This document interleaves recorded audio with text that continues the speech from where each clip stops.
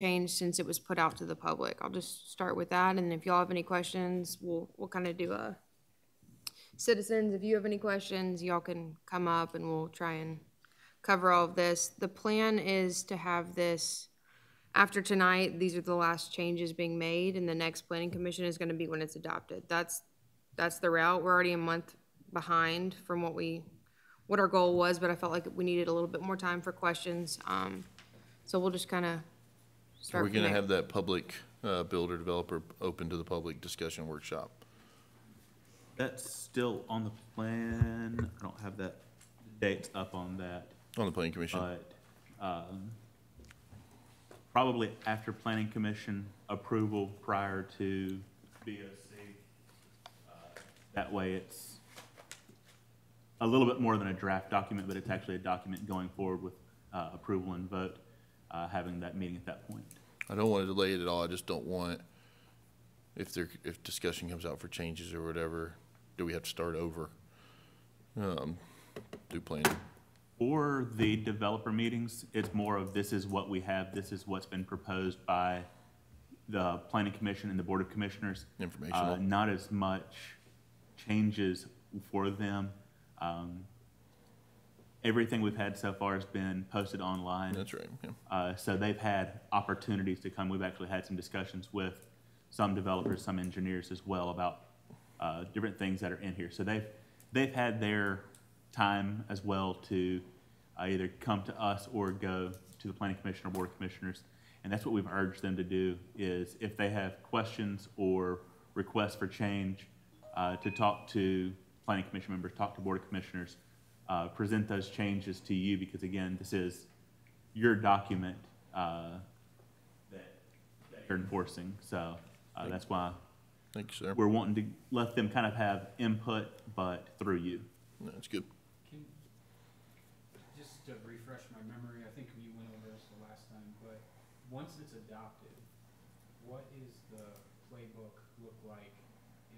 I mean, it's a large document, right? We've read through it, we keep finding little things here and there. So of course, I'm sure there's gonna be things we miss. So once it's adopted, what's the process for getting things changed? What does that look like? Similarly to the adoption without the full 18 months rewrite, Planning Commission would come and say, hey, we have this, that's an issue, this is a concern, whatever. We want to see this item changed. Planning Commission would then have the vote to make the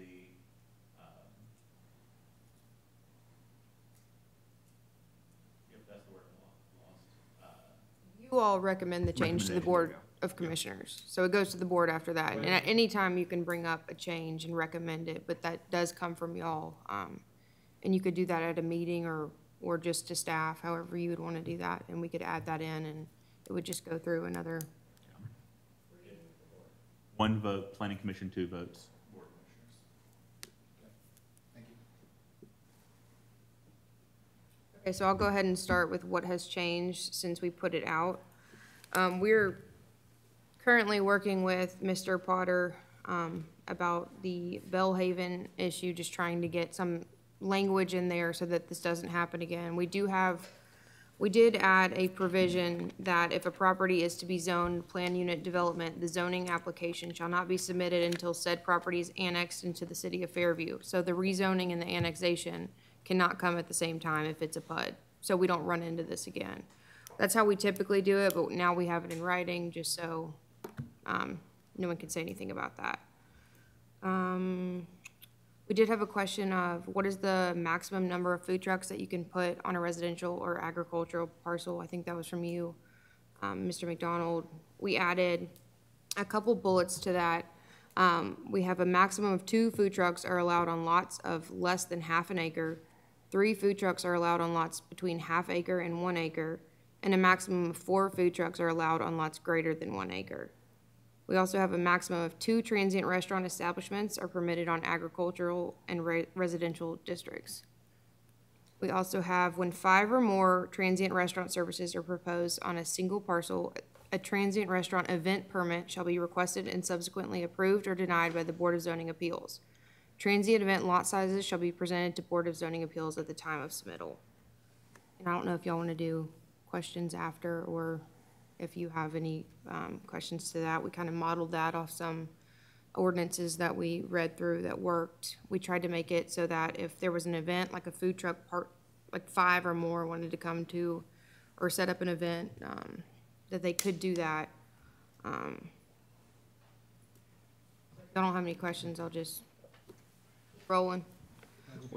We had a question about the removal of flag lots. That is the plan, but that is a portion of the subdivision regulations, so that won't come with this, but it will come with the updated subregs, which are hopefully gonna come soon. So we will add that then. We had a request to change the garage setback of 50 foot to 45 feet in the RS20 in the RD, which is the residential duplex. This was an error and is now corrected. That was just to correct like an offset thing, wasn't it? Right. We removed, piped irrigation shall be provided for perimeter landscaping. Also, for the amenity requirements in Article 7, there was a starting number of, I think, one lot for amenities. We had conversations about that, so we did change that number to 10. If y'all have any issues or comments with that, we can always look at changing that. That is up to y'all. I don't know who was all here for that. I don't know if it was just Brandon and I. That's an interesting one for everyone to put their 2 cents in on, I think. Mm-hmm. Yeah, that's Article 7. Article 7's completely new. It's the tree save, it's landscaping provisions, it's amenity, open space. We've added a lot of that to try and make some strides for our community, hearing what citizens have asked for. So yeah, if y'all want to look at that, ask questions, that's, I don't have it in front of me, but the gist of it was basically based on the size of the subdivision. It triggered different amenities and/or just things that that were become required, right? And I think at first we had it to where it was like 1 or 2 homes, and it was gonna trigger like I can't remember what it was, open space. If someone has it in front of them, wants to read it. I'm trying to get to it. yeah, I can, But yeah, but 10 is a good number, but I don't know, there might be input from everyone that might change that. yes, so the way we have it is 10 to 50 units shall have 1 or more of the following improved recreation area. So it's hard surface, multi-use trail or a greenway, playground, a pavilion and community patio, dog park, sports court, or recreational multi-purpose open field. You can do any of those. And then 51 to 100, we have more, just 2 of those, and it goes from there on. The more units we have, your pools, your community centers, Yeah. for more, Bellhaven type subdivisions, larger subdivisions. Are we putting a percentage of improved open space, or is it just, you have to pick from this list? We are getting rid of improved open space. The terms open space and improved open space have been very gray. What is what? So going from open space being a green area, anything not being used, buildable, but still common area, that would be your open space. And then improved recreation areas would be any improvement amenities and so forth, which would have been what the old improved open space was. But rather than having a percentage of improved open space, actually setting out, here are standards for what those improvements are, and then changing over to improved recreation area just to clear up the wording. Do we have anywhere in there that defines what those improved recreation areas are? So, just playing devil's advocate, I'm thinking of like, like say I'm the developer, I say, okay, I'm gonna do the dog park, and then I put an 8x8 fenced-in grassy area and say that's my dog park. Like, is there anything that I guess defines what?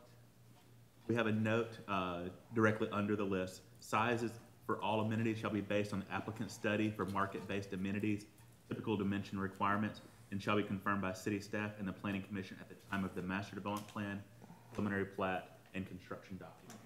So So that- it takes into account how many people would be using said. Right, so like if it's 10 units, it's gonna be different than a 50 And then unit, so a Were you market able to study. pull any examples, because I think we were having this like well, what about this neighborhood? What's the smallest one that has had a functional HOA and things like that? Because I do have that concern that we're making these really, I mean, we do want some extra space for people, because this applies under, so it's like R15 and less.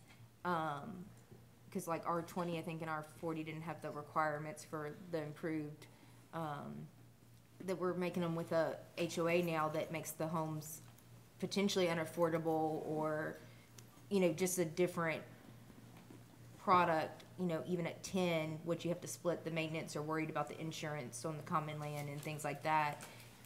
It means someone has to take charge, someone has to be the president of the HOA, someone has to deal with it, someone has to research when someone drops their insurance. It's a lot for 10 homes. Even for smaller developments over probably 5 units, if detention is required, HOA is required as soon as that triggers. Yeah. So even much smaller developments would have to have HOA, and that would be even RS40, RS20s. Yeah. So most of the developments that we see come before planning commission will have to have that HOA already. They've got the common areas. What's some of the other common area requirements we have? There will already be that need for maintenance.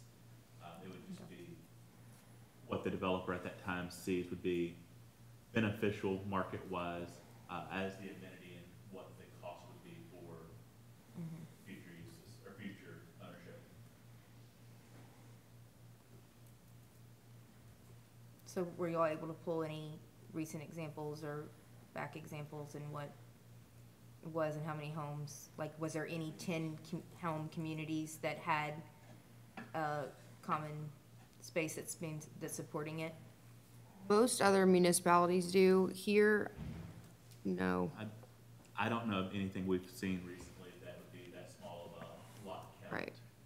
Going off of, I was gonna say, I think we've had a couple it has lately. nothing, it has I guess they were nothing to do with R20 or that. bigger, That but one Yeah. off of, I don't think we've had any RS15 or less that are 10 units and less. I could be wrong. Arbitrary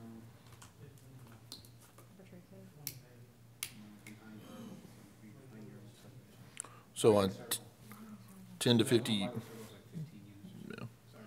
the 10 to 50 units would either have hard surface multi-use trail greenway, playground, a pavilion, community patio, a dog park, a sports court, a recreational multipurpose open field. So a 12 unit or 15 unit or 15 or smaller could do a greenway or a trail or something. So hopefully some more cost effective.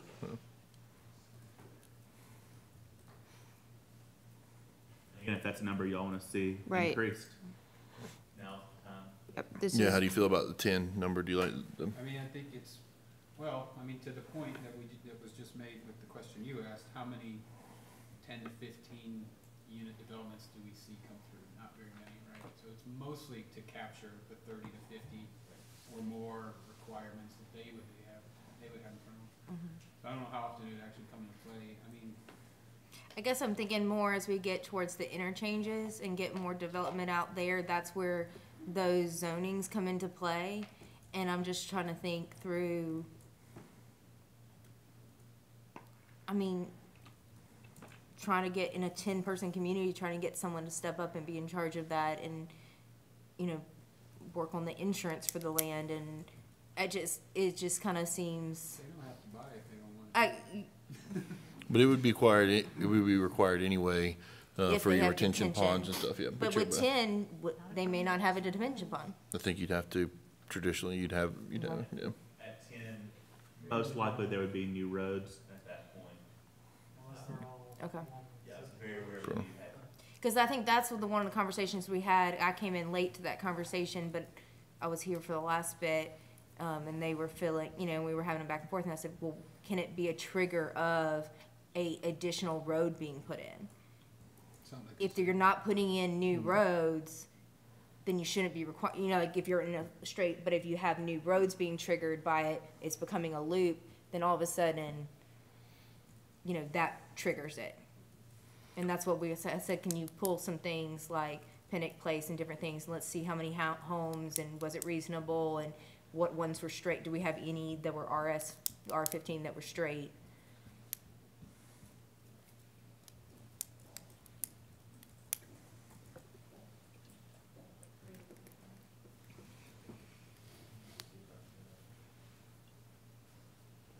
I agree. If you're doing 10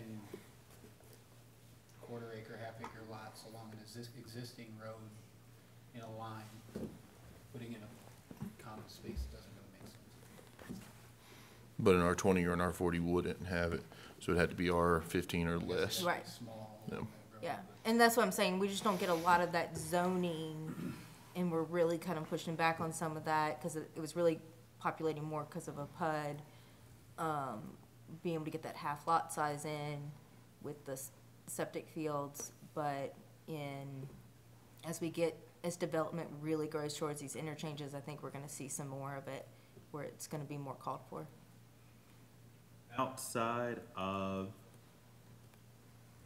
Burnville Springs apartment at 14, the next smallest subdivision that's been approved was Whispering Winds, approved probably 2017 area with 15 lots. After you have the 15 lot there, and they did have HOA detention and new roads. After that, you have Orange with 25, Hatcher Heights with 25, Goodwin Farms 44, Adams Preserve 49, reserves on Chester 46, reserves on Chester's 1 acre lots, so they Yeah, I was wouldn't like, they have wouldn't have it. that requirement. So what was the first one you said? First one, No, there was one before that, Burnville Springs at Apartments, 14. they had 14. Did they have Currently, com- as our regs are, if it's apartments, this was an issue we had with the way this one was proposed. Apartments are to have a large community area, Any- no matter how many units. Okay, And so then then after so many units, it gets larger. Whispering So, Winds, you said? Whispering Winds Had is Roads, you said. 15. And then after that, 25, and then there was smaller was 5. I guess I would just question if maybe I mean, I'm okay with 1 to 50 if it's triggered by putting in new roads, because you would think anything probably 15 or more, there's very unlikely that's gonna be all along a singular road. At that point, you're gonna start having a loop or something. I don't know, I'm just a thought. Yeah, I think, I agree with you. I think there's something that we should take into consideration too, is it's always easier to grant a variance that they don't have to do it than try to get someone to do it when it's not required. So I think That's the true. requirement is important, right? And if Yeah. it's not, doesn't make sense, it doesn't make sense. Now, we can say that, and in 7 years, there's a whole new board. of Exactly. I don't know, it's a tricky one, it's hard, not easy. I just- Belvoir subdivision, they're coming in 2 phases. First phase, I believe, is 27 lots, all on existing roads. They are larger 1 acre lots, but there are still tracts that you would have 20 to 50 new homes in a subdivision on an existing road, that if you did have that trigger, Yeah, I guess, but those would be larger lots that didn't have this requirement, right? unless it's zoned RS15 and they have that much road frontage. Yeah, I'm If just it's- saying that there's not a lot of areas, at least following our 2040 plan, that we're looking to allow R15. So there's not that many roads to do it along, in theory, unless we're just granting things willy-nilly. So I'm just trying to think through when it would come up, because I just don't want to saddle, even if the developer can afford to put it in, those are the more affordable, that's the more affordable land, housing for people in most cases, to then all of a sudden, on top of the house cost is, 150 in HOA fees or something, and trying to get someone to step up, and it's a responsibility, and so the smaller the number of people to draw from, the less likely someone wants to step up and be responsible. Yeah, if y'all want me to add a trigger for new infrastructure, new roads, I can absolutely do that. We can keep that 10 number and add a trigger for roadways. We can, if you all agree with that, we can add that as a change tonight. Was there any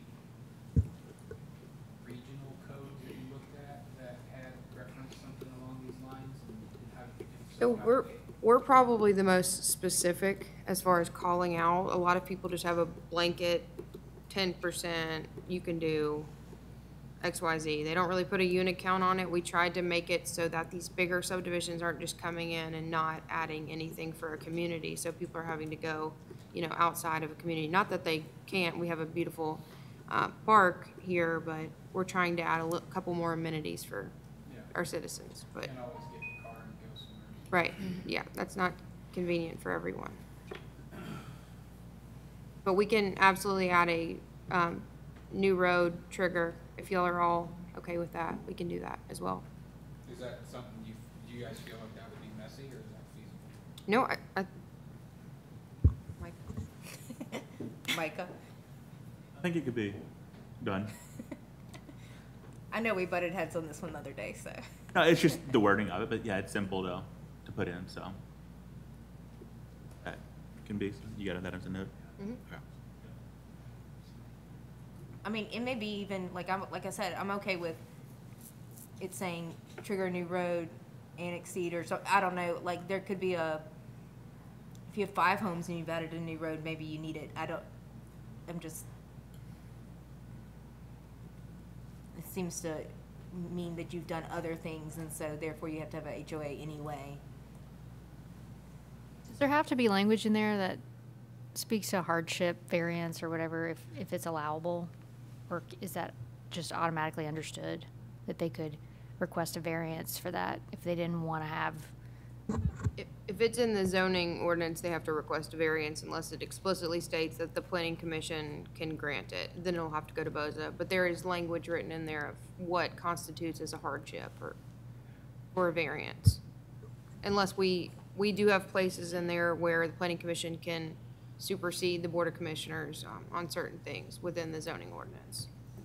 Could there be like a note that says I'm with you. homes, developments under 10 or less could Well, I guess request? I mean, I'm okay with 10 to 50 if there was like, hey, some, it's hard, but some of them are very clear on what the hardship they'll grant is. Maybe the hardship is if you haven't created new roads or something, or you have no other reason to have a HOA, maybe there's a clear, this is the hardship that we're willing to consider or something. I don't know how to word that exactly, but I know some, this is the condition that we feel lenient on.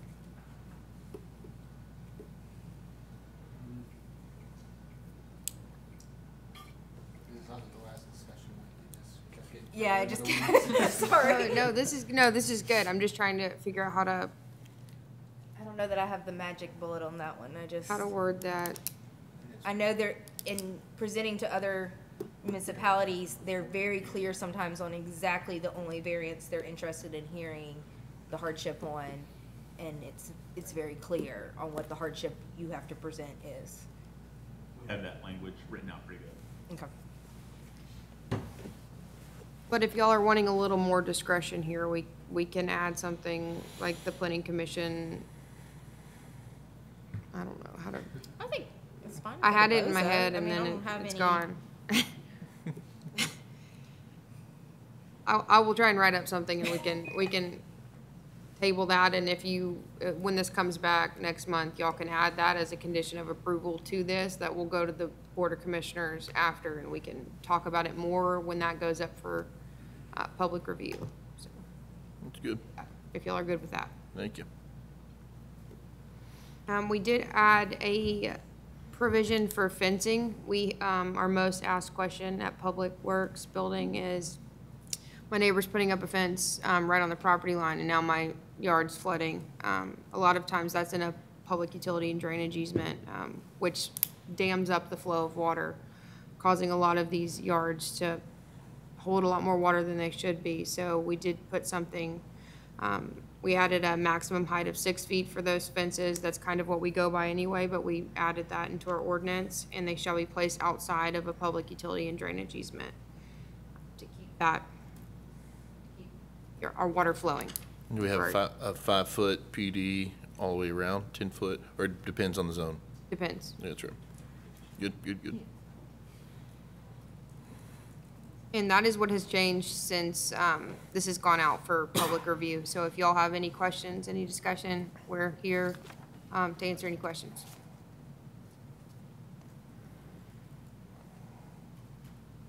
If you don't, then we can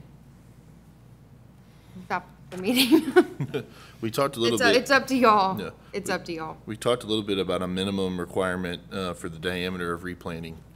Like if you have to replant 10 inches, do we have a minimum of a 2-inch or a 3-inch versus 10 1-inch? You know, the survival rate, chances and things.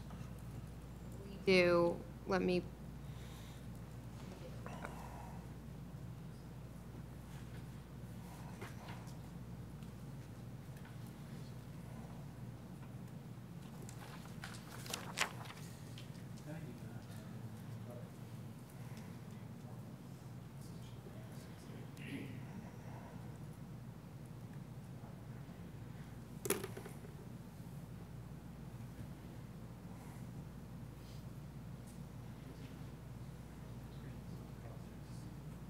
Here you go.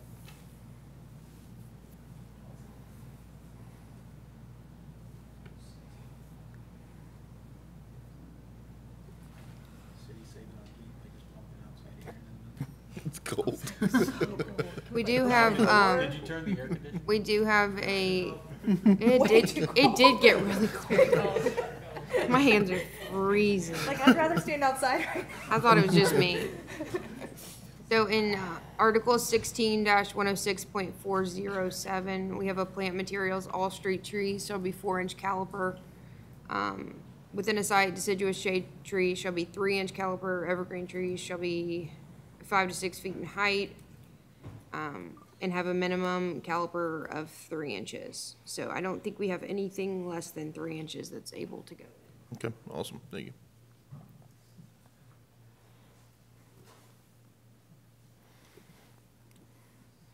Any additional questions or items? Yeah, I changed.